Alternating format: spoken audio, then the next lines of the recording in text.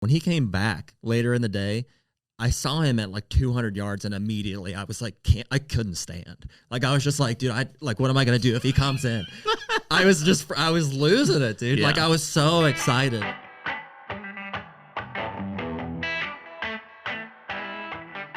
All right. Welcome back to the HUNTR podcast. Due to some significant winter weather across the country, Corey Horn back in the studio, ladies and gentlemen. Pleasantly stuck. Could have been worse. Yeah, it could be a lot worse, man. So, of course, anybody that's listening to this, it's February 17th today. And, from Texas to Maine, we're covered up at this point. And so Corey was supposed to head back earlier this week to Nashville. Flight got canceled. Schedules got jumbled. Here you are back in the studio. Here we are. I said, hey, we're going to record another podcast. I said for another day. And obviously we're on some new equipment too. So new equipment. Corey helped us set all that up on right after the last podcast. And I'm glad that you're here so we can make sure that everything's running smoothly. And I'm sure we'll hit some bumps here at some point, but sounds good so far. It's nice to be able to hear you guys. Feel good about it, man. Yeah. Feel really good. I feel like you're right here. I know. I love that. Fantastic. Well, I think one of the things that we really want to talk about, and this kind of spurs off of our discussion last week, Corey, is, all of us have an immense passion for bow hunting, right? And I think that with that, we probably all, as discussed with you, got our start and our roots different in that. And so I think on this week's podcast, we really just want to kind of talk about our personal connection to it, how we got into it, our evolution in it, and that's different for everybody.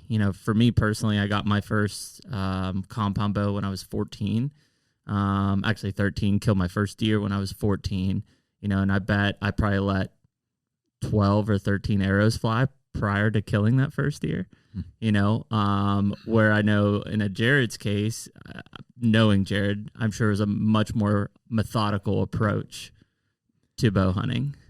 Oh, I wouldn't 14? say that. no, there was a lot of trial and error for sure. Yeah, a lot of failures for sure. We were talking about to date. It's kind of depressing to think about all the failures that we've had. Sure. And just figuring out how to be effective with a bow, and just tweaking setups and stuff like that, and progressing. There's a lot of deer that were left walking around the woods, as a result of just me not knowing what I was doing for sure, and I'm sure you guys do. Some by choice, some not so much. oh, for sure. So I guess Corey, let's start with you. Just because it's a build off of last week's show, which man, the feedback has been awesome from that. And I think it makes me happy because people really can feel that bond between what you and Jared have developed by hunting together in Ohio. And with that, I think everybody has that type of feeling, whether it's, a friend, a brother, a cousin, a son and dad, mom and dad, whatever. And I think that the cool opportunity there is that, again, it's much more than just the hunt and the kill itself. You think about that decade-long bond that you guys have built and all the stories you've come up with in, $2 to show for it. That shows that there's so much more to what we're doing than just, hey, we want to kill a bunch of deer. But I guess, starting with that, and obviously not to put you in the hot seat right away, but, we look at that as $2. Were there misses or hits or? That's funny. We're going to end up talking about the first. It was the first. It sounds like a great story. It's a pretty great story. Well, I think it's tied to the first stand that you couldn't find, like the wooden platform we talked about you hunting out last week. Which was not a real tree stand. Wasn't. Yeah. I still don't know. We're still not sure. It's unclear. There was some wood in a tree. But so the next time we went out, I went with you and we put you into like where the tree stand was actually at, and I'll let you tell the story. Yeah, so I was by myself. It was my first solo, it was a evening hunt. Like a real sit this time, right? Not stumble through the dark, find a ladder and a piece of 2x4, and it's like, I guess this is it. I knew where I was. I knew what I was doing. Yeah. I knew we had an objective. We knew that there were deer moving through. Relatively. It was and I was literally just going for anything at this point. If a doe came in, Jared's like, shoot a doe, go for it, So I have a doe come in pretty close to last light. I'm pumped, and I shoot 20 yards, 25 yards, somewhere in that range. I didn't have a rangefinder with me. I was like, I know this area is, we're good to go. Mm-hmm.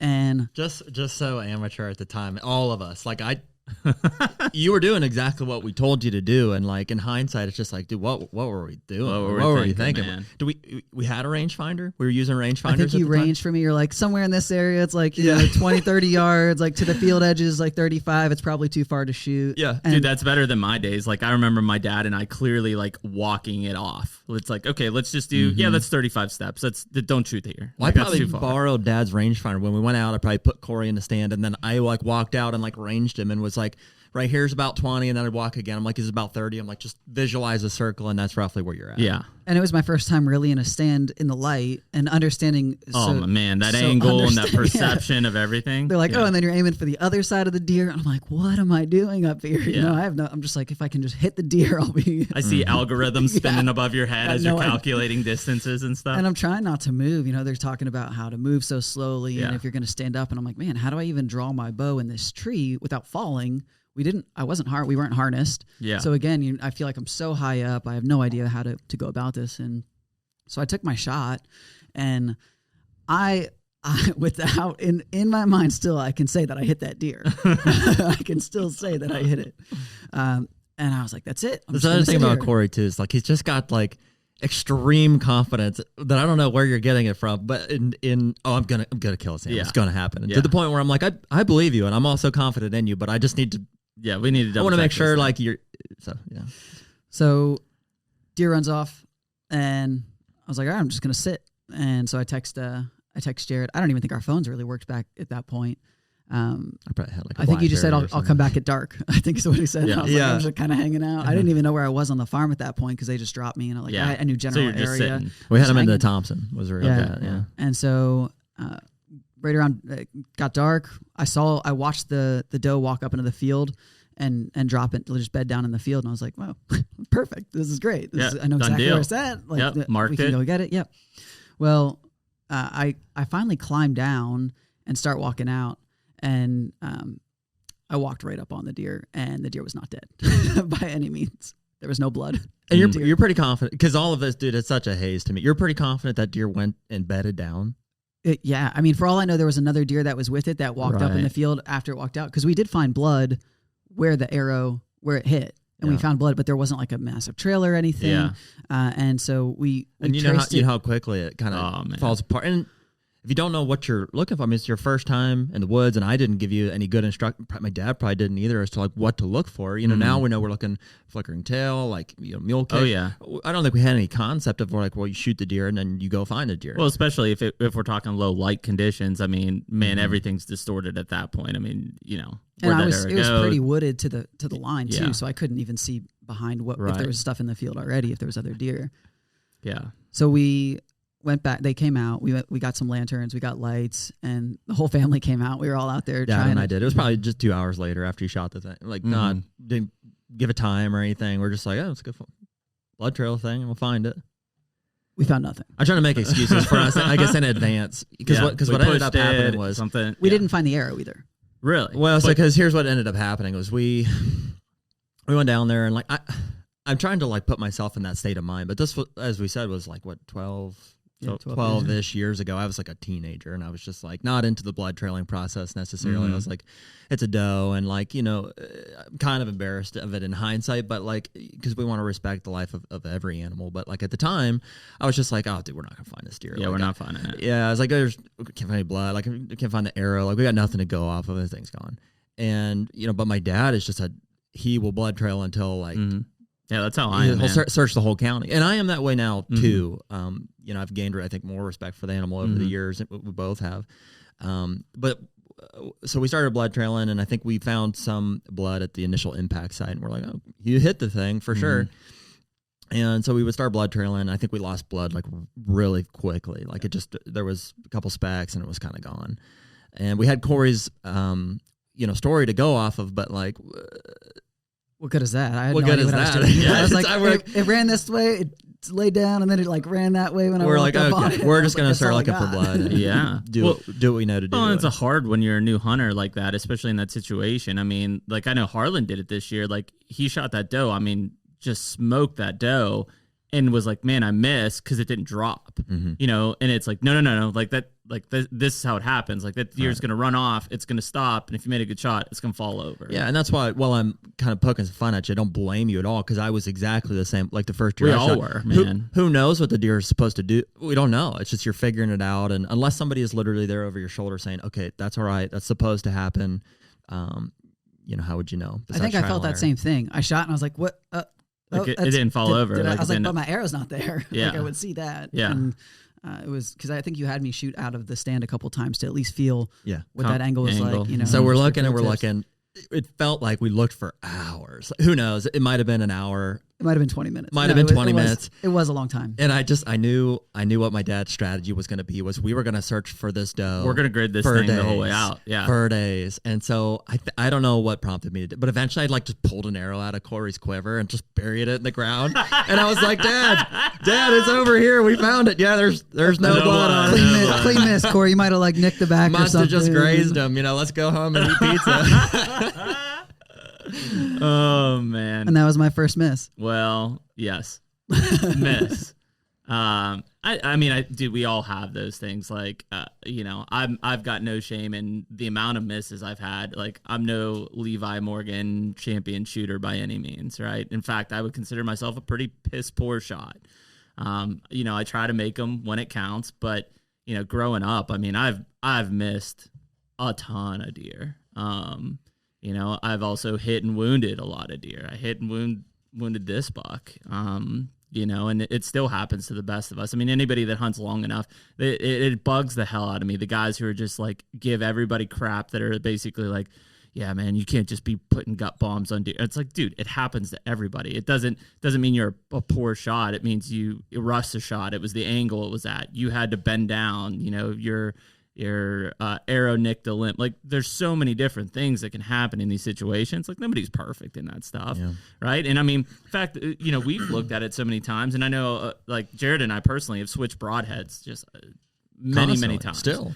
And it's like, I've got experiences where I've 12 ringed those deer. I can't find blood, and it bothers the hell out of me, because it's like, listen, you can put the best shot on a deer possible, but if you can't find blood, you can't find the deer. Yeah, and we've had it happen since too. I've filmed Corey shoot a couple of does. One specifically, I remember that we never found, that I was like, perfect shot. That's exactly what I've shot. We have that on film too. We have it on film. You did one this year, same way. Yep, same deal. We looked at it and we're like, yeah, that deer. Yeah, and his was, I can remember, was with a ram cat was what you're shooting, because I wanted you to, I was like, man, these are good broadheads. And they are. There's nothing wrong with those. And I was shooting this past year a Rage tri-pin, which I'm a pretty firm believer in. Mm-hmm. But it's just, things happen, and like every shot is different, and deer, their anatomy is weird. They do different stuff. And so even though now I think we've all, killed a fair amount of deer, we feel fairly accomplished at this. Things happen. I think a perfect example of that, and one that Jared and I shared a lot of experience on, was that picture right over your and Corey's shoulder. Yeah. Ian, see if you could pull that up. It's one of the pictures I think I sent you guys. And this is a deer that it was 2018. I killed this deer on the mountain and was just a monster body. This deer was ancient. Dude, why don't you, Ian, I don't know if you can get up from the table. That skull's sitting right over here on the top. You want to grab that? Yeah. Watch your headphones. It's sitting on top of Jeremy's bookshelf. Freaking horse. Watch those tripods too. Not that one. The bookshelf on the back side of that wall there. This is one of the biggest skulls I've ever seen. Well, you had killed a deer that year on Ohio farm, 3 or 4 year old maybe. Remember, because we compared the skulls and it was just like, oh yeah, it was a Spaniard. There it is. It was a Spaniard. This freaking thing. Wow. That's like, that's insane. There's a monster. Just that deer was a toad. Huge. That's an old deer. Yes. And so, this deer essentially, I'd seen him the year before, and he decreased probably, again, not that I'm knocking him, he decreased probably 20 inches in antler size. And we called him like dark chocolate or something, I don't remember. But anyways, I'd not seen this deer the entire year, and went in and hunted a different deer, hang and hunt. And this deer comes out of nowhere, rattled and grunted. It was 24th, 25th of October. That's like your first sit. that year, I think, right? It was. Because you were on a hot streak. I mean, you were like every first sit you were killing. Man, and I was waiting. I was patient. I was waiting. You know, it was like, hey, as soon as I see these deer in this area and we get a cold front, like we talked about last week, and I know there's a scrape there, I go in, I hang and hunt, and that damn deer shows up. And you were trying to hunt the same buck you were hunting this year, right? God, he's still there. Still there. And this guy ended up showing up. This guy ended up showing up, hitting the scrape, just trashed it. And I recorded it. At some point, I'll get that film back out. But essentially, that deer, and it blows my mind, right? We've all had this happen. That deer was 100, 150 yards when I first saw him working the scrape after I rattled and grunted at him. And I grunted a couple times. I wheezed at him. And that deer starts coming in, and it's like, man, I had everything planned. I was self-filming too. Had everything planned.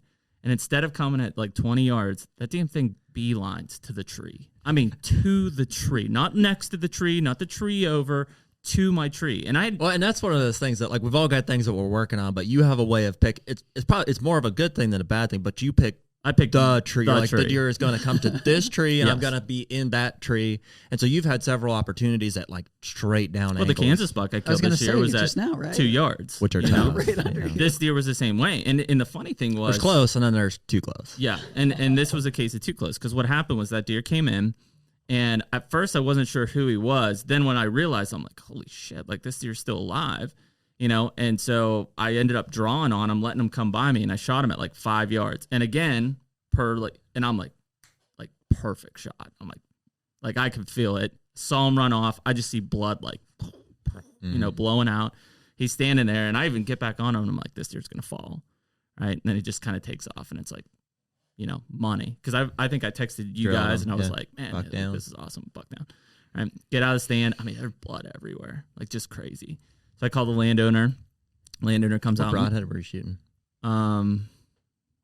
Tri-pants. Rage tri-pants. You were still shooting I was shooting the Matthews. I was shooting Rage tri-pants. And I was shooting victories, but I wasn't shooting weighted victories at that point. Yeah. We hadn't gotten into that yet. Yeah. And again, I mean, we're talking a 6-yard shot. I'm shooting 70-pound limbs, 29.5 3/4 inch arrow. I mean, it's a harpoon coming at them. And we tracked that deer for 200 yards. And that night? That night. You tracked him yourself, I think. Through like thick rhododendron and mountain laurel. I mean, I'm in the mountains. Mm-hmm. Couldn't find him. And it was sick. Feeling. What happened? The blood just dried up? Just dried up, but it also got way too thick. My light died. I'd end up using my phone. So it was like, it was going to be cold, right? So I remember I left my bow in the woods, which later I was just like, man, you just left like $1,000 bow. Just like, and at that point, he had gone on public land. Mm-hmm. So I tracked him into public land, and I was like, nah, screw it. I'll just leave it. And so the whole crew, we all went out the next day. And it was like, hey, let's pick up here. So we drove out, and we figured like we're going to walk a little bit further, like that deer's dead.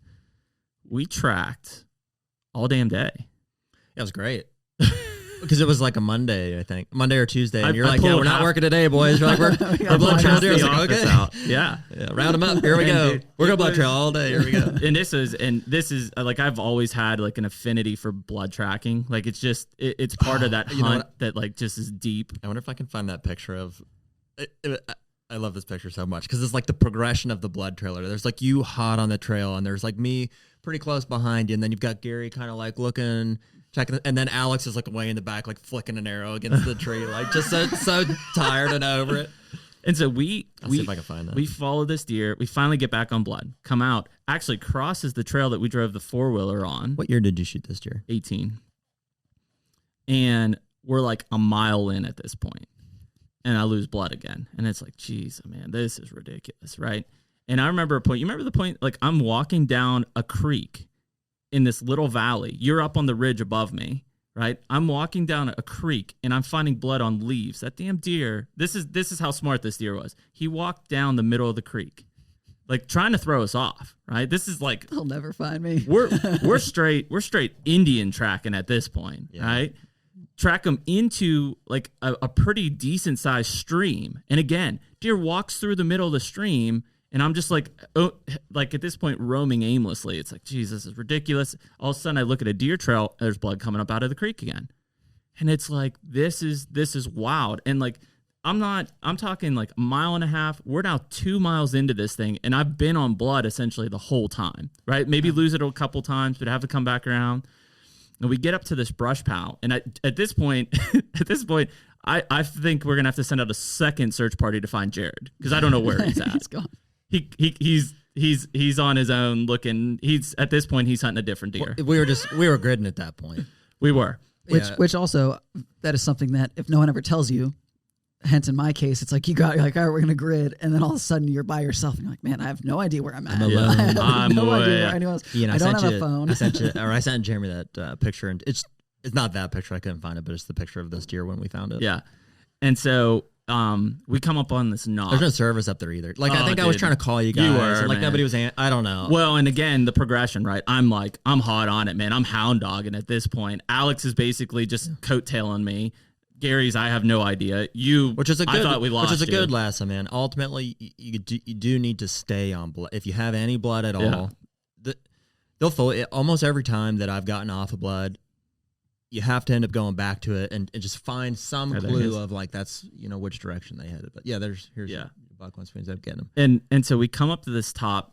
Here, Ian, let me see if I can send this to you, because this is classic. The video, yeah, man. I think I have it. And so we come up to this top of this knob, and I remember it like clear as day. And there was more blood on the top of the knob. Like, he had circled this knob essentially for... Started opening up again. Yeah, I don't know. Probably a mile from where you'd hit him at this point. Dude, we're almost 2 at this point. Almost I 2 remember miles? tracking it on Onyx. I think I still have that track laid down. But, I mean, we're deep at this point. Yeah. And so we're circling this knob. You'll see this property. It's just a giant... it's mountains. It's just like endless woods, timber. Right. Yeah, we're just fumbling through it. And I don't know... I swear to you, I would have walked past that knob 3 or 4 times with it as much as I had walked, but apparently not. Yeah, here, I got it. As he'll tell you, then finding this deer. Oh, okay, here, Ian, I'm sending you these videos. This would be cool to bring up. Let's go bring it up here in a second. So anyways, we'll bring these videos up because they're really cool. But we circle up with this knob, and I remember Gary's over here. You've got Gary and Alex with you. I'm the Lone Ranger. Gary's basically saying at this point, he's like, hey man, I found blood, right? And I'm like, yeah, I'm on blood too. Alex is behind me, and like, I just feel like we're close at this point. Like, you just have that feeling. I mean, we've tracked blood for 2 miles. Like, this deer is dead somewhere, right? And so I remember looking. I was looking at Gary. And I'm like, hey, man, I think he went up by you and then came back down towards me, right? And so I told Alex, I was like, man, he's like, we're on this trail. Like, he's not far. And I look up, and that deer's bedded looking right at me, staring me in the face. And it's like, shit. Mm-hmm. And so you'll see this. Probably just 20, 30 yards from you at that point. Oh, dude. So you'll see in this video that we sent. The look on my face so Alex has the camera with him, right? He's filming me. And so they're coming to you now, Ian.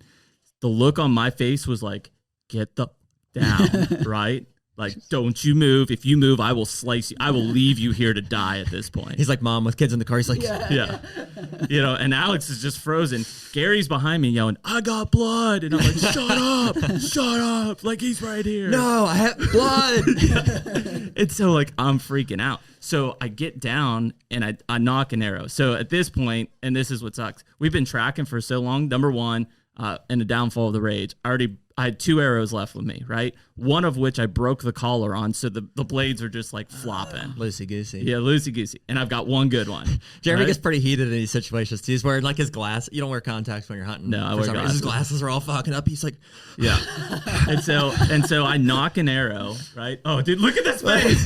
This is the face of it. What, Gary?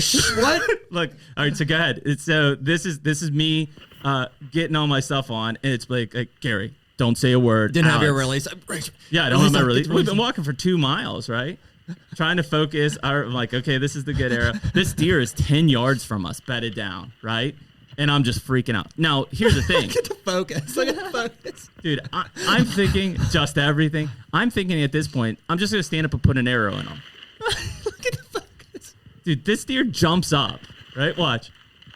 There goes this deer, jumps up. And I just sling one. Okay. You hear it. I could hear it hit. Okay, end clip, right? End clip. Okay, Alex is like, yeah, I filmed it. Okay, and I'm thinking in my head, I'm like, I just shot him in the ass. Like I just put another arrow in him, right? Yep. So you thought it was another. Yeah, you thought it was a. I thought it was Texas heart shot or something. Yep. Like I slung it. So we go up, right? Arrows on the ground, broadheads bent to hell, like, and I'm like, oh my god, like what happened, right? So we start tracking. There's guts, there's lung just on every brush, right? And I look up over the hill and this deer is laying at the bottom of the hill, 60 yards from where we just were. At this point, Jared comes back around. Oh, you got this video. Yeah. Oh, yeah, because I was up above you guys. We figured out here at Positive, maybe a few hundred yards. And you guys were texting me, or I called you. Yeah. I was like, hey, what's the deal? What's going on? You're like, dude, we jumped him. I put another arrow on him. I think it was like Texas heart shot. I think that was a fatal shot for sure if it wasn't already. I was like, okay, cool. Like, can I come down? And you're like, yeah, just really careful. Circle out around us. So I did. I could see you guys in the distance there, and I just circled out and around you. And you were still not at this point. No, we yet. were sitting up above watching him. Just because you could see him down below. He was kicking. He was trying to get up. Like, and I'm like, he's dying. So eventually I snuck all the way in with you guys, and we sat there for another 15 minutes, just like waiting to see what he was going to do. And he stopped moving. Yeah. So now this is the approach. And this is funny, man. So number one, I've got this flimsy rage and knocked up, right? Jared has a knife in his hand, which I'm not sure at this point if he's going to put me down or the deer down. Like, where'd you get the knife? 2 miles. And so this is the end of a 2-mile track on this thing. And you'll see it. Like at this point, I don't know. Like this deer could jump up again, right? Right in our face. So what's Jared's approach to me? I'm like, oh, he's giving me room, right? Wait. Oh, here comes sneak approach. And dead. We got him. 2 miles. Okay, now here's the hilarious part of this. You know what, though? I learned I have that knife in my hand for a reason. I've had to use it before. Yeah. What a monster. Dude, I hit that deer. We call this the Achilles buck. My second shot, literally, and you'll see it in this video, cut his hoof. That's where I hit him. Well, that's what we started doing here, because we were like, where did I hit? I was pretty confident that you guys hit him like, in the bottom. Look at the neck of this thing. I mean, this thing was a monster. Like that neck was like cutting off circulation to his brain at this point. But like, yeah, it was like, okay, cool. Like, where did you hit him, man? Like, how's this thing done? I mean, we're talking 7 or 8 year old mountain buck at this point. This deer is. This is where I'm like, what happened to his? What happened to his leg hoof right here? Like, I'm like, oh, that's weird. It's all the way down by the hoof. I don't know. Yeah. And so here's the very bottom. Yeah, look where I'm. Like literally right on his like hoof. Yeah. Like cut that side, and you'll see. We'll flip him over. The shot was perfect. What happened was that steep angle. Talk about angles. Was a single lung, right? His lung. See, watch here. We're turning him over. The pause right there. Oh, that's it. His lung was hanging out of his body. But the other lung was intact. That deer went 2 miles with a lung hanging out of his body, right? And what happened was alive like 12 hours later. Yeah. When we got him up and ran him, we gave him a heart attack. That deer didn't die from a second shot. It was that we basically pushed him into cardiac arrest to expire him. And who knows how long he would have sat there and lived with a single lung. I mean, so talk about the toughness. You could have of these recovered animals. with that? You think he would have lived? No way. I mean, there was a 4-inch gash on that anyways. side. Yeah. No, I mean, and he probably would have died in another 24 hours or something because, I mean, he had lost so much blood. Yeah, and the coyotes probably would have chased him dead exactly. Anyway, like whatever got him on his feet, just so happened it was us to push him on that. Yeah. But, I mean, that's the kind of thing where it's like, dude, bow hunting is not for the faint-hearted. Talk about luck for him even surviving through the night. Like if a coyote didn't get him, that night. Well, and no knock to a lot of people and no pat on our back, right? But, I mean, how many... bit, man.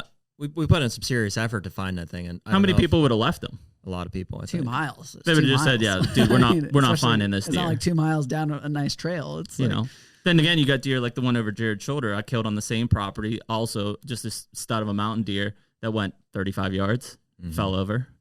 Yeah, that was a further shot. I mean, yeah, right. You double lunged him. 25, 30 yards. Yeah.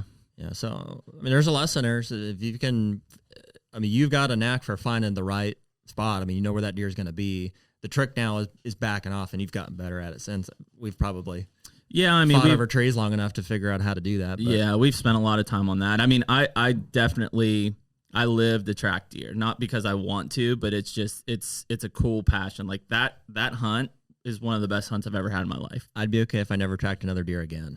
See, and that's what and everybody's different in that way, and it's crazy because like you know, even in Kansas was a couple years ago when you hit that deer and have like I was ready to track, man. I was hot on it. Well, and so am I. Like if you have to do it, that's what you have to do, and I do get excited about it. But you would rather double lung dead inside. Well, it's just that stomach feeling that you get when you're not sure what happened. Then you have to start questioning yourself, like, well, was it as good as a shot as I thought? And did he really react the way that I thought he did? And there is none of that. If I see him go down inside, it's like, yes, did it? That's exactly what it's supposed to do. And so I try to build my setup and aim in a way that I can, you know, get that to happen every time. But it doesn't. You know, I still have to drill deer, obviously. Fuzzy Wuzzy's a perfect example of that. Yeah, there you go, man. Yeah, I was You had no idea. Day plus, we all right? just sat and waiting, just like, is it going to happen? But so that's a similar story, I guess, to very much. Well, it's very different, but it's similar in that like this deer had a unique element to him that he's in full velvet, and I guess I'll talk on that for a little bit. So this was last year. I shot the deer, right? Yeah, this is just last year, 2019. Yeah, in 2019, and I was aware of this deer throughout the summer and even the year before. So. I think at one point I thought he was 4, but ultimately I'm settling on like in 2018 he was probably a 3-year-old buck, and he was like 130-inch, velvet 8-point, and we were hunting him at that point kind of, and we thought it was unique that he showed up on like early October, maybe late September, and was still in velvet. I was like, that's weird. Yeah, he's holding late. Yeah, he should have shed out like a few weeks ago, and then we didn't get a ton of pictures of him throughout the season, but then he showed back up in the same area later in the year, like December, January type of deal, and he was still in velvet. I was like, man, that's super weird, like very crazy. And I think I hunted him a few times then, and it just didn't work out. Yeah. And so, fast forward to 2019, that deer showed up again early in the summer. So I typically get cameras out like in June, which is getting later every year, but I want to see what's on the farm. I remember that was early because he looked like he was fully grown. He was like fully developed. And we were like, well, that's weird. Yeah, I've got pictures of him. And do you know what, dude? It might even be like May or June. And he looks pretty dang close to what he looks like now. Yeah. Which is why we thought he probably never shed his antlers. I do think that's the case. I don't think he ever shed his 3-year-old rack. I think he just kind of broke some stuff off and grew back over top of it. That's why he kind of looks the way that he does. And that's why he was almost full grown so early in the year. Sure. But so, to the tracking aspect that we're talking about here, I hunted that deer on the first night of the season, and so we got all the cell cameras running, and he ended up showing up in a different spot than Not far from you. It was a couple 100 yards, maybe quarter mile. Not far. Maybe quarter. Yeah, it was it was basically there's a big ridge that runs up the middle here, and it's really thick. There's a lot of bedding happening there, and we call it the east twin and the west twin food plots because they're just kind of identical on opposite sides of this ridge. So I was hunting the west twin, and I think the wind just started swirling, and it was like kind of warm, and does started blowing at me, and like it started off as a decent hunt, but then quickly it kind of spiraled and got out of control. And at some point he showed up on the cell camera that had on the east twin. I remember seeing that picture of him in the distance, and my heart kind of, I mean, it was cool, but my heart kind of sank. I was like, wrong place, wrong time, wrong spot. And so that in conjunction with the fact that these does started blowing at me and stuff, I was just like, I'm just gonna get down. Yeah, I'm busted. It's not busted.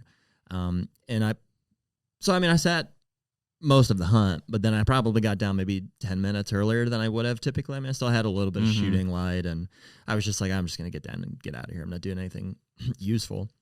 So I got down, and I took like 2 or 3 steps away from the tree, and I have to walk up through the edge of the food plot here to get out of there, and I look over to the side, and there he is. He's standing right there just looking at me, maybe 30, 35 yards. And we kind of just scared each other. And I was like, you gotta be freaking kidding me. Yeah. And he spun and he bounded off. Like, and I think it was like such an encounter that he wasn't really sure. He didn't know what happened. It was probably low light. So even though he looked right at me, it was, he bounded off maybe like 20, 30 yards more and just stood there. And I just, bit the dust, and I knocked an arrow, and I just like, I'm looking at him in my binoculars for a little bit. I can see him kind of standing there. I don't have a shot. He's maybe 65 yards from me at this point. And so I start kind of army crawling towards him. There's a little dip there, and I ended up getting probably 45 yards from him.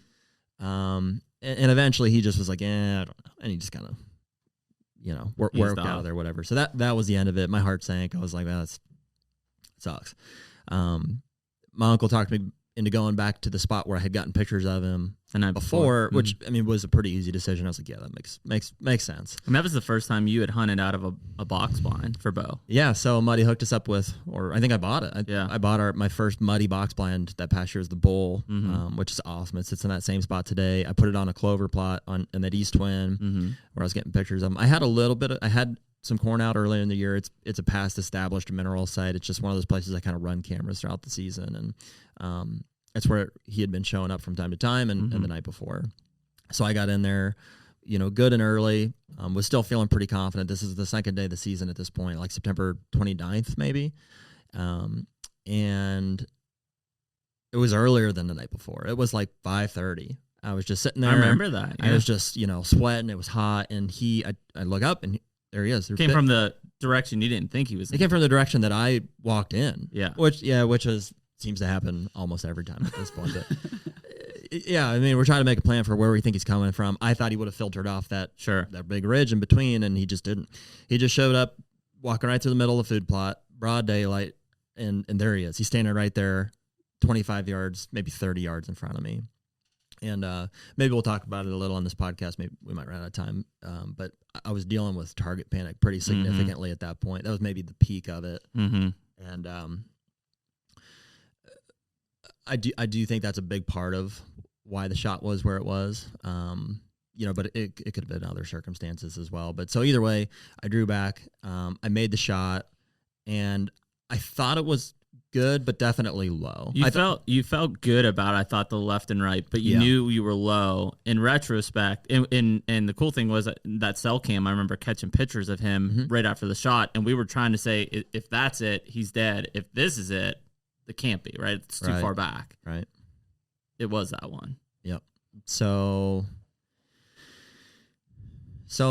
yeah, I called you. I called him. We're taking him into a deep, dark place at this point. This was a dark 24 hours here. It was just tough. Well, it was the target panic. It wasn't just the fact that it was the biggest buck I've ever shot. He's in velvet. He's in full velvet, and my mind starts to reel around like, well, how does that work? Like, how long do I have once he expires? And so, and it was hot too. And it hadn't rained in like 2 months. Like the whole summer. All of our food plots were dead. It was a complete drought. And sure enough, the first night the night that I shot this year is like torrential downpour. It starts in 4 hours. So what I did was I went back to the house. I kind of regrouped. We talked about these pictures that I got from the trail camera, which told us what we needed to know, but I just didn't want to. We couldn't pin out like actually where we knew it was low regardless. Yeah. Was it low and back, or was it just low? Yeah. We didn't know. And so I ended up going back out. I think I gave him 2 or 3 hours. I was like, man, I hope it's like a hard hit. I hope it's just low. And so I went back out by myself. My dad was going to come join me there shortly after, but I wanted to just be, discreet in getting in there. So,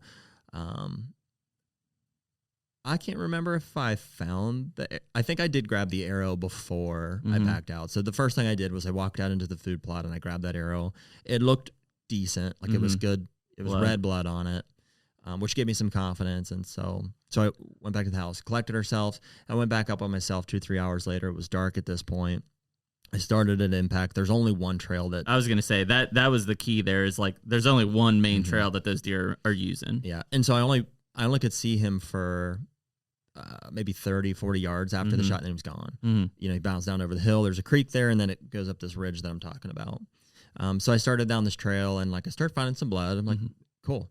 I've got some blood here at least. And I started down the trail a little further, and he opened up a little bit more, and I started to feel a little bit more confident about maybe it's as good a hit as I was hoping for.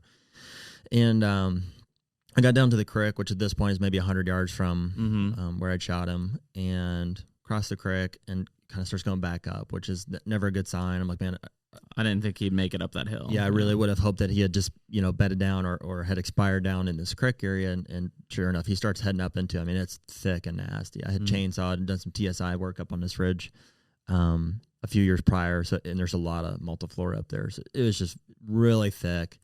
And as I'm working up this ridge here, I'm still on some blood here, and it's just like there's one trail. Like it's so thick up there. He's got to be on the trail. And, sure enough, I got up there another 50 to 75 yards and I can see eyes looking at me. And I think I remember questioning you. I'm like, yeah, was it him? And your gut was yes. And who knows at this point, man? We walked up on so many deer in the dark and thought it was the deer that we hit, and usually it's not. Yeah. To the point where at this point I'm guessing it's not, but you have to play it safe and act as if it is. And Absolutely. so if he's there bedded, I mean, look at this deer. It's a 158-inch velvet buck, biggest buck I've ever shot. So I'm like, back the out. only thing I can do is When in back doubt, out. back out, It man. is going to start raining here, but hopefully I'll come back in the morning and he'll be right there. Yeah, laying so right that's there. what we did. I backed out. Sleepless night. Woke up first thing the following morning. I think I asked you to take another day off work because it was like I'm generous. It was a weekday at that point. Such a good guy. Such are. a good boss. I Jeez. know. I am grateful for that. Meanwhile, we're all still waiting. Like we're waiting for the text of something. Yeah. Some information. And I have a way of going dark too. Well, that was the deal. There's it was like, cool, take a day off, but like you're gonna leave me keep me hanging. posted at least. Yeah, there's at least 20 people wanting to know what happened, and I'm just like, my phone's at home or something. And so we went. I think we called some neighbors. You did. Jed came I think out. we called some neighbors. I don't know if we did that right away. We didn't. My dad and I went out first thing, and everything was soaked. So the first thing we did was my dad and I went to the spot where he had been bedded the night before. Nothing there. No dice. No sign of him. No deer, no blood. Barely could tell there was a bed there. He'd clearly gotten up and walked out of there, if that was him. I'm pretty sure in hindsight that it was. So he and I gridded the whole, there's no blood. So now we're back to grids. It poured completely. So we gridded this whole ridge. I mean, just like got completely cut up and just tortured ourselves getting through this. And eventually we're like, man, we need some help. So we called a couple neighbors. And you're feeling like hell at this point. Yeah, it was just sick, obviously, because I don't know if we find this deer, what's the state of the velvet? How can I preserve this thing? And so we called Jed Coldwell, who's a good friend of mine, some of our neighbors to the south, the Beadles, John and Josh, and I think Jed's dad came out as well, which was cool. That's right. So we all got out and we just started gridding, and now we've got 5 or 6, guys out, and we're looking, and there's no blood. We're just gridding. And after about 45 minutes to an hour of that, John Beadnell, Josh's dad, was like, he's over here. He called me over. He's like, Jared. And so I ran over. I had my bow obviously with me, and he's like, hey, his head's still up. He's like, we're going to need to put another arrow. That's crazy. I have some footage. I can try to find it at some point of that sequence. I think Jed pulled his camera up or whatever. And so the deer was there, and I mean, he was clearly hurt, obviously. I mean, we were 20 yards from him on the ground, and he wasn't getting up. He was just trying to hunker down. He was trying to hunker, and it was just kind of got lucky that we found him. And so I drew back, was able to put another arrow in him. He got up and ran another 15 yards and was done. I mean, he would have expired from that initial shot eventually, but whether we'd have found him or not, I don't know. And so at that point, we celebrated, and he was done. And the cool ending of that story is that the velvet could not have gotten any fresher. Like, the deer was still alive up until the point that we walked up to him, essentially. And so we basically rallied, recovered him. It was awesome to have all of those guys there, the neighbors and friends of ours. And so got him to the taxidermist, and it worked out perfect. But I mean, you talk about a gut wrenching way to find a deer For such a prolonged period, too. It's not like you're going to bed and being like, yeah, I feel good. You're I feel just good. sitting there. Yeah, I'm just letting them lay because it's the right thing to do. And it's those occurrences, I think, you're like, man, I just never want to experience that again. Like, and that's why probably I'm so over blood trailing, is I just want that deer to go down inside. I want it to be the right shot. And it's changed a lot of things for me, not only the way that I've set my bow and my arrows up, but the shots that I'll take. And those are just the things they're hard lessons to learn, but I mean, experiences like that will teach them to you pretty quick. Well, and I think the crazy thing is if you think about the number of deer that get shot and are never recovered, right? And a lot of them expire. Every deer that we just talked about, had we not found it, would have expired, right? And then you get deer, like Wide Boy here on the table, that ultimately, that deer, I would have bet money was dead that year that I killed him. Number one, he was ancient in terms of his age. Number two is, I knew the shot wasn't maybe necessarily fatal at that time, but it probably would have been, especially with that broadhead sitting in there and digging and digging and digging. And yet that deer shed that year. We found it. The next year it didn't look great, but showed up. And it's amazing, like the resiliency of these deer, especially a mature buck, of what they can go through and make it through. And it all, again, we're all going to make poor shots at some point, on a deer. I think it's bottom line is you give your best effort to be able to recover that deer. And listen, there are deer that, I remember waiting days to find this deer, and didn't find them, and at some point you make the call and you're just like, hey, I did everything I could, I'm not going to find this deer. It really goes two ways. I think that deer are tougher than a lot of people think, but at the same time, I think a lot of people will assume that they're alive too early. Mm-hmm. I think quite a few. I mean, and over time you'll learn that. Like if you put an arrow shaft or a crossbow bolt, or you hit this deer in a body cavity somewhere, yeah, he's dead. It may not be within an hour or 2 hours or 6 hours or even 12 hours, depending on where you hit them. But more than likely, that's going to be a fatal. Yeah, the deer's dead probably hit. that week. And so you owe it to the deer to really understand what a fatal hit looks like, mm-hmm. And how quickly it's gonna expire him, if at all, and really give it your best effort to recover a deer, even if you think he might be okay. Because you're right, I think a lot of guys leave deer in the woods mm-hmm. that might be just in that next thicket that they just assumed he's alive. And how difficult it is. You don't necessarily train for a seated shot at 2 yards underneath you, 20 feet in a tree. No. Yeah. It's like it's just not something you do every day. Well, and those simple shots that, you make that by all intents and purposes look like that, like that's where I wanted to hit them. You miss the heart, you miss the lung, you catch the single lung. That's even straight on. Yeah. That's one of those things you pick up. You're like, oh, this has happened a couple of times now. This deer's been right below. You start to practice those things or adjust and say, okay, I'm not going to take those shots. I'm going to try to move my tree stand back. And mm-hmm. that's cool that we realize that. That's really the evolution of like figuring out how to be more effective at, not just bow hunting and being successful, but at killing the animal, effectively and cleanly. And yeah. Well, and let's make it clear, like, I know plenty of people that are way better target shots than me, won't hit the broadside of a barn when it comes to killing a deer mm-hmm. because of the mentality around it. Yeah. I've seen them, like, they'll outshoot me any day of the week on a 3D course, right? You put us in a tree stand, they're rattling like a rat in a cage, and, I'm killing deer. Mm-hmm. It's just, it's a different mentality of when it comes to that and what you're thinking and your thought process and understanding that. And like I said, I'm not a good bow shot. I have no problem admitting that, but you try to at least take your time and make those right, close up shots when you can. And, well, you're not a bad shot either. I mean, I think the point you're trying to get across is like, we're not world-class archers by any means. Mm-hmm. Like, we practice when we can. We wouldn't go into the woods with a bow if we didn't know we could be effective with it. But there's just a real difference to shooting a target and shooting an animal. And I don't fully understand it. It is bizarre how some guys who are really good shots just really struggle to bring it together on an animal. Mm-hmm. Me being one of them in some cases. Mm-hmm.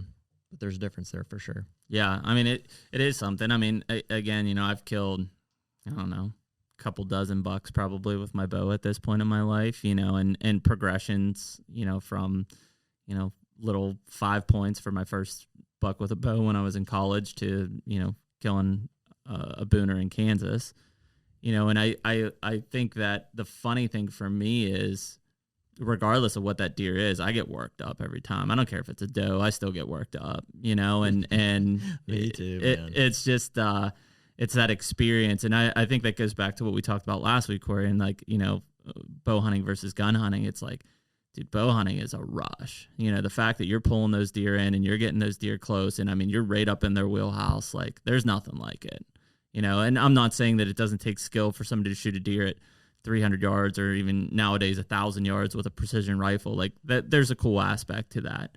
But in terms of like a personal hunt encounter, you can't tell me that you feel good about shooting a deer at 1,000 yards and that gives you as much of a rush as that deer sneaks in 10 yards or right underneath you and you put one in them. No comparison in my point of view. Yeah, you can't fabricate that feeling. No. You can't even, like, it's indescriptive of what it is. Well, and I get that, like, a lot of people will, we know plenty of people that have shows in the industry and have had shows for a long time. and I know some of those guys who are very vocal that basically say, listen, I love hunting, right? But I'm an entertainer, right? That the reason I go out and hunt and make shows is because I need to entertain people. That's my job. I couldn't do that, right? I mean, the moment I lose that feeling of like shooting a doe and then my knees are rattling that I can't even like sit down, like that, I shouldn't be hunting at that point. Yeah. And it's a weird feeling because I mean, it definitely, there's plenty of guys that I know that just have, ice water in their veins, and they'll go out there and, they'll kill a big buck and, they're pretty damn calm about it. I see a big buck. I don't care if he's 150 yards away. I'm rattled, man. Yeah. Maybe not at the time. Maybe I'm composed until he's out of sight. I never understand that, man. And I don't know. It's a combination of the cold and certainly the excitement, but I just don't understand how. And I'm not taking anything away from it. I know that they're excited. Yeah. But to see guys that are just like stone cold. I just killed a giant buck. Very cool. Stone cold. I'm like, how? Like, I just don't understand. Like, I'm just not wired that way. Like, I almost fell out of the stand. I was gonna say, can we all agree? And I mean, I don't even know how you describe it. We've all had the leg shakes, right? Mm-hmm. Dude, the like uncontrollable. The day that this is maybe the worst I've ever had it. Pre-shooting it. Usually, I can contain it and I'm like praying it goes like faster so that I can like get to that part of it. The day that I skipped one off the top of Pretty Boy's back. Yeah. First of all, that sucked. But he ended up coming back. Yes, it did. It sucked a lot. And this had something I'm sure that played into that. But when he came back later in the day, I saw him at like 200 yards and immediately I was like, I couldn't stand. Like, I was just like, dude, what am I going to do if he comes in? I was losing it, dude. Yeah. Like, I was so excited. And like just the thought that I might, like, I just had so many things in my mind of like, how cool would it have been, first of all, had I killed this deer in Kansas, a mile downriver, caped him out, strapped him to the front of my kayak. Like, that would have been like just the most epic, manly thing that I've ever done. Yep. What more manly than that, than to have missed him and have him come back and to get a second opportunity? Like, what is happening right now? And I was just like, just lost, just folding, man, just completely collapsing. And it's not just us, man. I've talked to plenty of people who've had it, and it's such a funny thing because you almost giggle about it, which is weird. You're talking about this manly thing of being out there and killing this big buck. But it's like, dude, it is uncontrollable. It is. Yeah. I remember even like this year, and it was cold. Don't get me wrong. We were freezing. We were in the blind when Harlan shot his deer. And so Harlan's, 5 years old, sitting on my lap with a crossbow. It's a doe and a fawn coming into our food plot, right? And my leg starts going. Mm-hmm. He's jumping up and down because of my leg. He's looking at me like, "What's wrong?" I can't stop it, dude. Like it's out of control. Like, you focus. Like, he's like, "What are we playing, Ride 'em Cowboy right now?" Like I can't stop it at all. Dad, what am I supposed to do? And I finally remember, you're like, Harlan, stop shaking. He's like, "Dad, it's not me." And I finally calm down enough that he makes a shot, and then I fall apart, right? But it's just so weird because it's like it's not. Like, I can't even remember, like, why is it even happening? It just happens. It just consumes your body, and it is uncontrollable. As much, I remember, like, closing eyes, trying to breathe, do whatever you want, and, like, you can't stop it. Mm-hmm. And then you add the fact that, again, stuff no one tells you before you start. It's like, your bow's going to feel 10 times as heavy as it is as you're pulling it in when everything is in total silence. Yes. And you're trying as hard as you can, and your legs are still shaking. Yeah. Like, all right, is that true for you? I've done this 1,000, not anymore. See, because it's the opposite for me. Like, I can't remember drawing my bow back in most cases. Sure. And I keep up in the poundage. I'm at 80 pounds at this point. It's back. Straight back. In the beginning, that's what it was. Because when you're first pulling and you're going so slow and you're doing this and you're not trained, I wasn't trained at all, right? So I'm like, I'm going to pull my bow back and it's really heavy. I'm going as slow as I can. I mean, now I actually practice. Has a big impact on now that I'm too. practicing as slow as I can and holding and draws and exercise that develops that. But in the beginning, I was, man, all of this stuff, I was like, what are these feelings that I'm, because it's like, man, I'm doing all this stuff. And what is this feeling in my heart and my tummy? Well, I think you're like laughing, you're giggling, you're nervous. And I think what's funny for me is like, I'm no Jared, right? I'm no muscle man here, right? But like I can hold my bow back so long when I'm killing a deer versus like practicing holding my, because I know you practice a lot holding your bow back. I started training that, yeah. And I don't. Like, and in fact, most of my shots, by the time I draw within 10 seconds, I'm releasing, and that's just my style on that. But I've had to hold several times, and I'll hold 2-3 minutes Whereas if you told me to just sit there and hold 2-3 minutes on a range, I'd fold in 30 seconds, right? My shoulders hurt. I'm tired. Dude, what's Especially so like exciting and so difficult about that is like we think about it as like an encounter and like this is our opportunity. To a deer, they have nothing to do that day. Like all they have to do is not get killed by you, and they have their entire life to do it. And so they will take their time. And when you think you're like, okay, he's going to keep walking, he's got to like, he's on a beeline. There's no reason for that deer to do what you think he's going to do. Like he more than likely will stop and do the opposite of what you like. Just when you think you got him, he'll stop and he'll turn, and you have to end up being a draw for a minute or a minute and a half. So to compensate that, I have started, training throughout the summer where I'll just draw and hold my bow back for 1, 3, 5 minutes at a time just to build that muscle memory and that strength. I think that's one of the coolest things I've learned from deer and being in the tree. And as far like last podcast, we were talking about just the need for patience. And if there's anything that you can learn from hunting, it's watching these animals and how patient they are before they make a move and before they are doing what they're doing. You can't.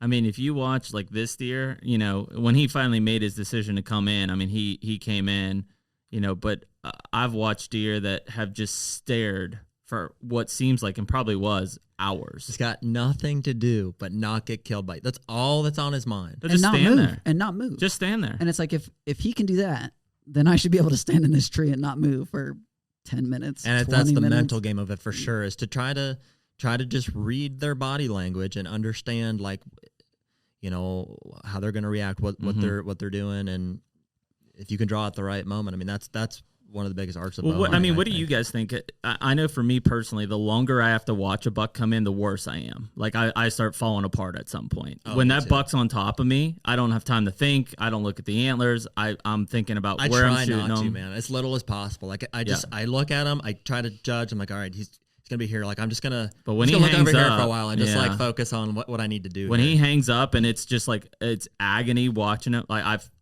I know that my chances of killing that deer are decreasing by the minute. Maybe not just because of how I am, but just because the slower he comes in and the more I watch him, the more chance of something's going to happen and he's out of there. When he like that buck in Kansas this year, I heard him. I looked behind me. It was like, okay, it's a buck. Yep, that's a shooter. He's under me. I shot him. Yeah, there's just like that. So many opportunities for things to go wrong. That. Yeah, that's the best. Yeah. There's so many opportunities for things to go wrong. Like your stand will creak. You'll reach behind you and hit your antlers. Yeah, like you'll flick your release. Like you're gonna mess it up at some point. So the idea is to make your wind will switch is a big one. You want those encounters to be as short as possible. But maybe that's why I picked the tree, because I just want them to be there.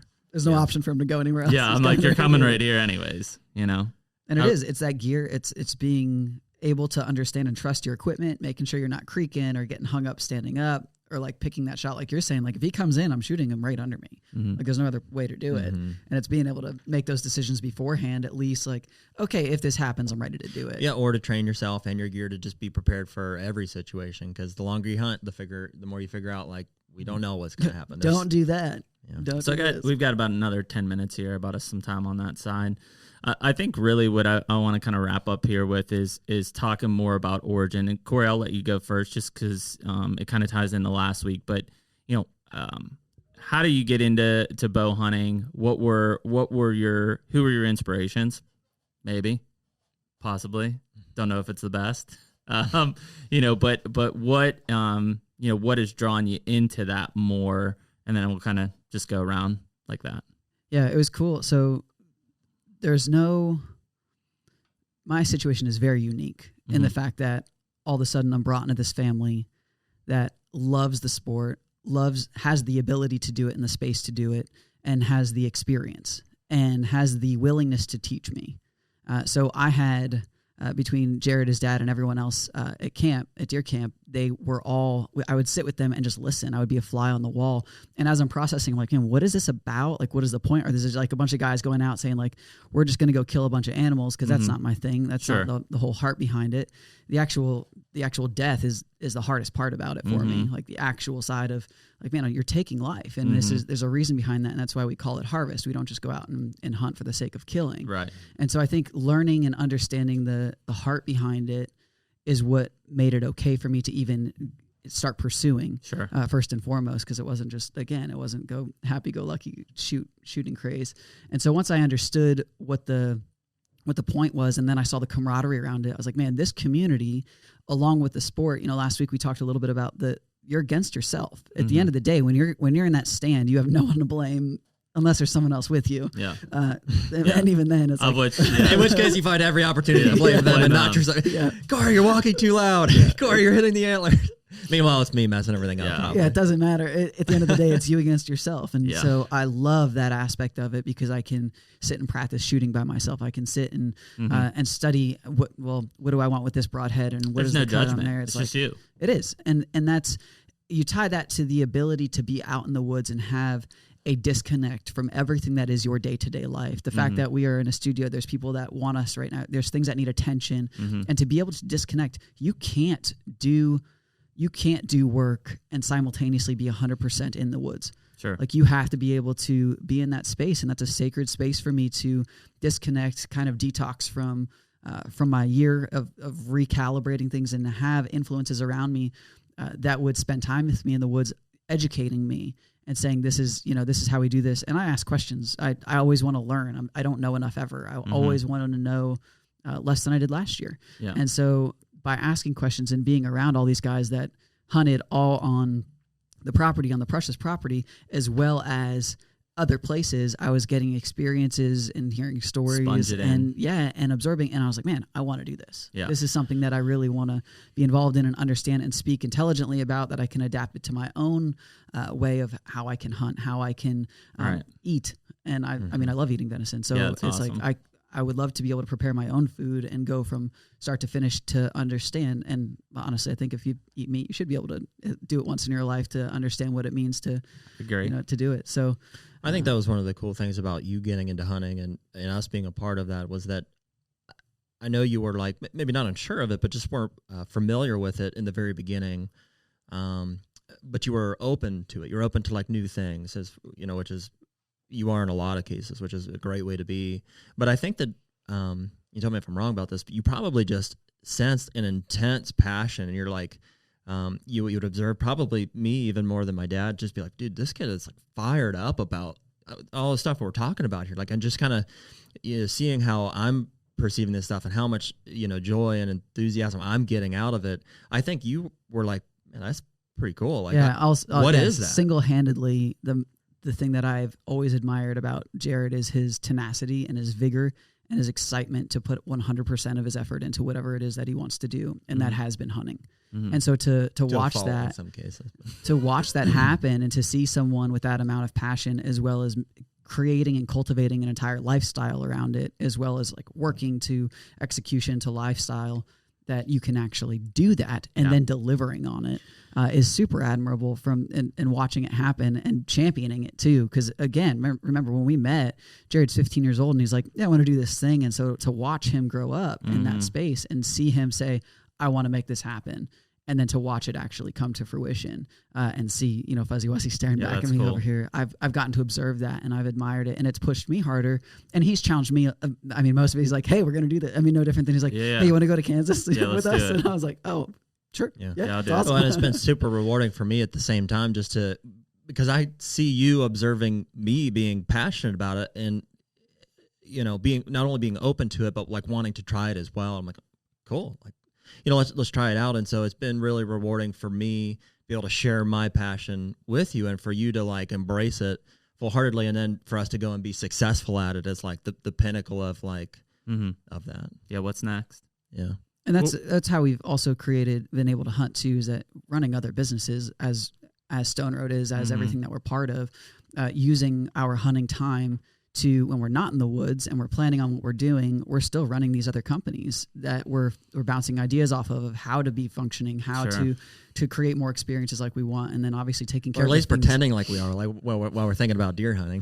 Well, I mean, that's the funny part about it, because we talk to people, and it's no knock to the guys that get to do it. I admire them in many ways, but we're not out hunting 60 to 90 days a year. We're hunting probably 20 to 30, I would say. I get 11 at max as of right now. So. Yeah, and I mean, like, those are hopefully the right 20 or 30 or 11 in your case that we're actually out hunting. But it's difficult. But I think what's really cool, and one of the reasons we started this whole project is that, listen, you can go out and hunt 20 days and be successful. Hell, you could hunt just weekends and be successful. It's important to hunt the right weekends, and from the scouting to the picking which weekends to hunt to today's topics of even blood trailing and tracking. Like, if you don't put full effort into every aspect of that, you're not going to be successful. There's no sugarcoating that. You're not going to be as good as you could unless you scout, you plan correctly, you pick the days that are best to be in the stand. You don't hunt the same stand 18 days in a row. When you're not seeing deer at that stand, you're not going to kill one, right? You pick the days, you study, you make your moves, and when you make that shot, whether it's good, bad, unsure, you give everything that you possibly can to find that deer. That's the only way to make this thing work, right? And Jared and I talk about it all the time, and it's so funny because we look forward to this thing, 3/4 of the year, only to be like, in a snap of a finger, October's gone. It's now November, mid-November. It's Thanksgiving, and it's like, dude, where did it go? Like, we hesitate because we're trying to be patient, and we miss half a season. And we've realized that over the years too. And I think in recent years, we've really tried to prioritize that time to say, man, we have to slow it down. Like, I know these things need done at work. I know my wife wants me to come home and take the garbage out and fix these things on the house. But garbage can wait, Margie. I'm like, listen, there's only so many hunting seasons in a lifetime, and there's only so many days in a hunting season. It's like, I'm going to, and it's not for everybody, but Sure. we've chosen to, at least for right now, make this a priority. Well, and the cool thing about it, and the beauty of being a little bit more flexible is, as much as you want to disconnect, we can do a lot of stuff from the tree stands with today's technology, emails, text messages, etc. And listen, that when that first cold front rolls in October, we're in a stand. I mean, we'll figure it out. We'll make it work. We'll be flexible. I'll work overnight if I have to. I'll be in the stand when prime time comes on that first cold front in October. Sacrifice, man, and priority. Yeah, and I think it's just creative too. And one of the things that I really encourage anyone to do is just do some homework, right? We all had to do it when we were in grade school. If you went to college, you had to do it in college. The fact is, man, I live for homework. I love studying maps. I love studying maps. I love studying weather fronts. I love studying trail camera pictures. Up until cell cameras came around, I would say 100%. I scouted and used cameras and was in the woods for checking cameras more than I did hunt. Just because it was like, I'm not going to hunt until the time is right. Per this deer, per that deer, first sit, back-to-back years. And I'm not saying that's how everybody should hunt, because I do miss being in the stand. But if you want to be successful and kill a mature buck, one, he's got to be there. We've talked about that over and over again. If he's not there, you're not killing him. And two, it's got to be the right timing. You can't just walk into the woods because he's there and think you're going to kill him. Man, I can't tell you how many times, even in this past season, when we were out and we had our cameras up, and we'd see a buck walk off, the backside right behind the camera, and we would never have known that he was even in there because he walks behind the camera every time. And we've moved those things. I mean, how many cameras are out there? I mean, there's no reason that we shouldn't be getting these guys on cameras. And they're like, we probably at some point will have a whole podcast. I was going to say, information and misinformation of trail cameras, and cell cameras are better, but still, 100% confession, man. I live and die by cameras. It's how I've hunted recently, and people can knock it and say it's an overuse of technology. I've missed more opportunities than I've gained from it. But the ones that I've gained have been precise. Right. I've known where they're at. I've known what they're doing. And when it's time to make a move, I'm in it. And you just said, though, on top of that, with just no different than my hunt last year with my buck, he was not on a camera anywhere. We had no idea. And if he would have walked in the way he would have came, we wouldn't have gotten a picture. We'd never known he was there. No, not at all. Always happens, man. And that's what I love about bow hunting. I mean, at the end of the day, man, there's so many factors that go into a successful bow hunt. I think people, whether you use a compound or crossbow or traditional, it doesn't matter. I mean, quit knocking each other on it. Do what you love to do whatever fits you best. But ultimately, get out and bow hunt. You want to experience what hunting is. You want to experience a rush like you've never felt before.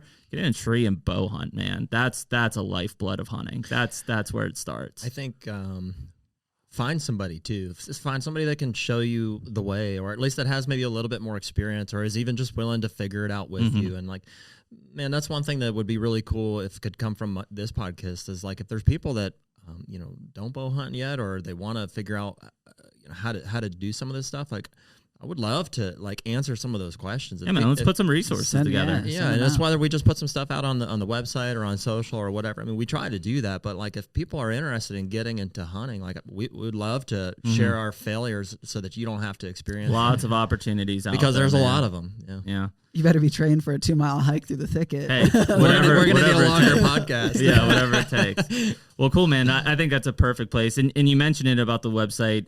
Anybody wants to check out kind of what we've got? We got merch. We're going to have more videos and content. All the podcasts live there. WeAreHunter.com, right? Mm-hmm. It's not just about us. It's anybody that pictures themselves as a hunter, as a deer hunter. Come out, check out the site. We appreciate you listening to this week's podcast, man, and appreciate Corey being back in here. Unfortunately, you'll probably be heading back to Nashville in the next one, but we'll sure have you back, and we'll catch everybody next week. Thanks, guys. Take me